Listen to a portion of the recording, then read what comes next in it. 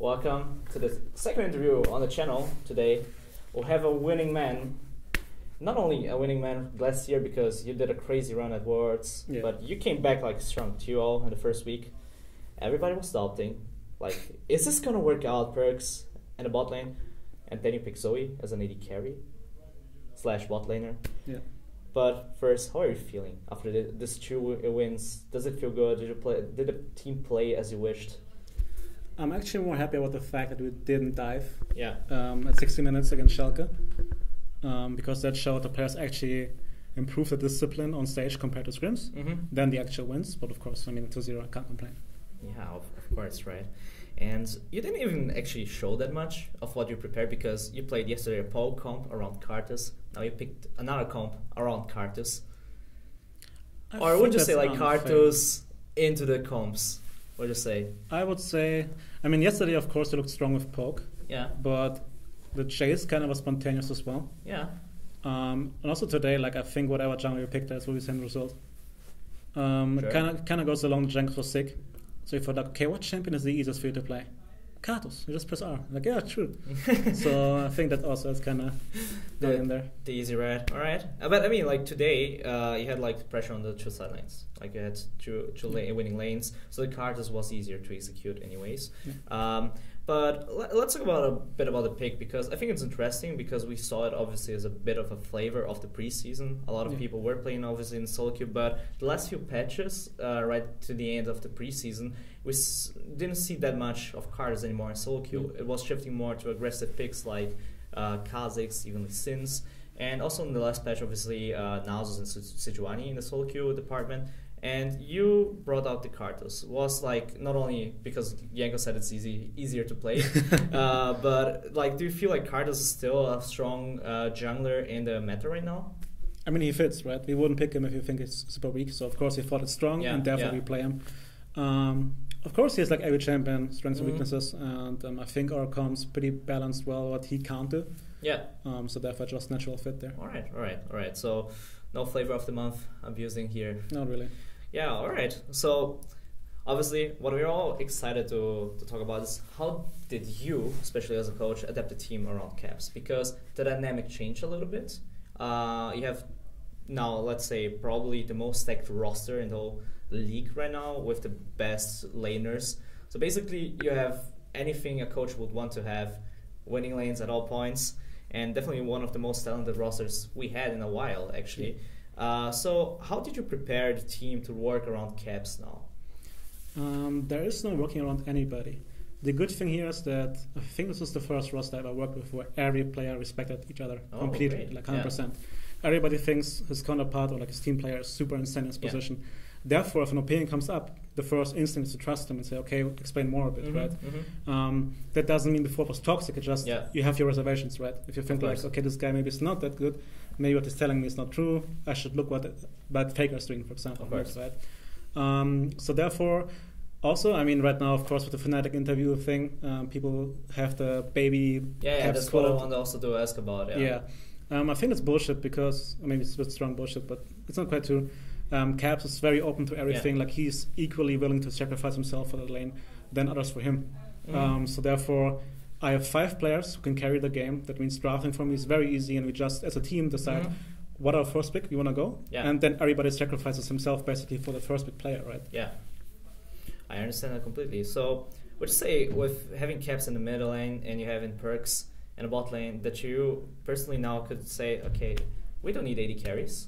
We're just going to play 2 AP carries now, or are you going to change? Do you feel like that since you have like those 2 strong laners, and well, I think it still is kind of rough to say that Perkz is only AD carry or bot laner at this point because he always was a very viable player. Now bringing out the Kaiser and very successful. Do you feel like this brings you as a coach a lot more possibilities to draft around? Like, is this a whole new thing for you, or would you say like it's just G2 from last year stronger?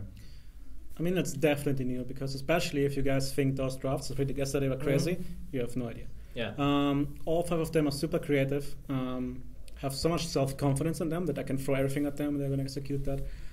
Especially there's a point that doesn't come across for coaches that every coach has limitations by players, right? Yeah. He can't play a champion, even if you think the champ is good.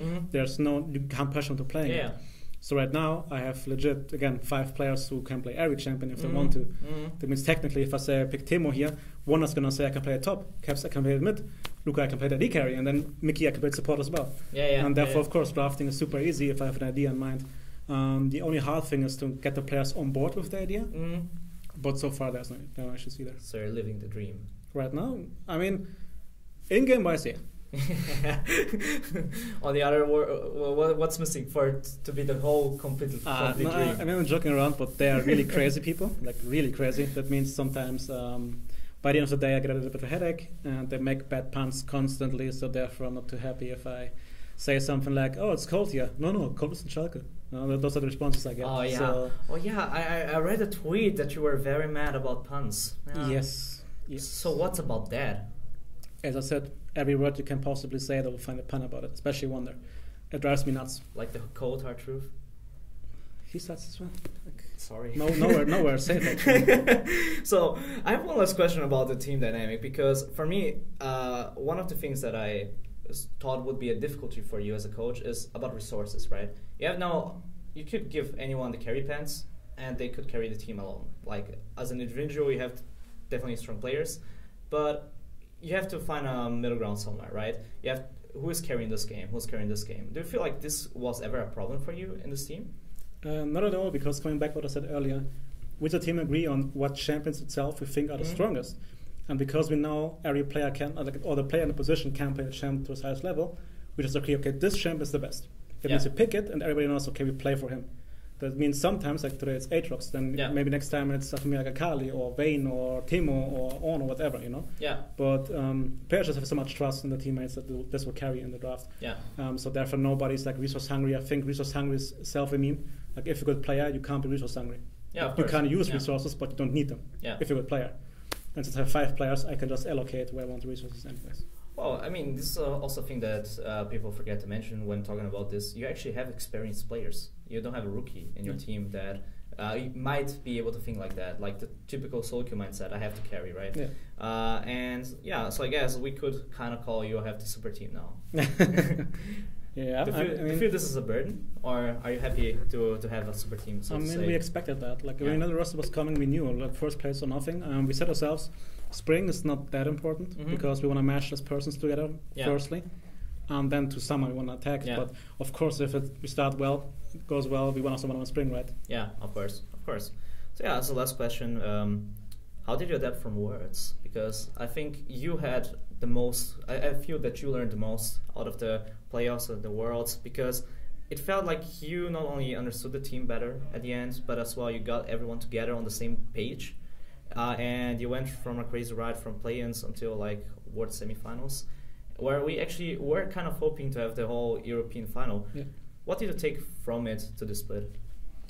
Honestly, not that much in-game. Like there were some things about botlane especially, which are now of course gone because Vadit and Kjanan not on the team anymore. It's more about being in a confinement together for that long, because we're like 6 weeks in Korea. I got to know like Wanda, Jankos, and Perkz a lot better, which is something I distanced myself from in the past. Like I'm not the coach who's like buddy or tries to be, but they are kind of forced to get into the environment, right? So we created kind of a bond, and I think there's just the trust got better. So even though of course I still get memed 24/7, there's just trust in each other, and if I say something to them, they actually listen to me. And just get to know, okay, how do I have to talk to Wonder, because it's different than with Perkz, for example, right? That's something every coach wants to do anyways. It just helped me a lot in Korea. All right, that's great. Any shout-outs left to the viewers out there? Thanks for supporting G2. I hope we're going to have equally fast games and good games for you in the future, and see you in Rotterdam. All right, thank you very much, Grabbz. It was a pleasure as well. Thanks for having me. Thanks for watching the video. I hope you liked it. Make sure to subscribe to the channel for more league content and all things esports. But don't forget, on Tuesday, there are going to be the next Public Social podcast. The time is going to be announced very soon on Twitter. And obviously, you can also just follow so you don't miss the notification. So thanks again for watching, and we'll see us on Tuesday.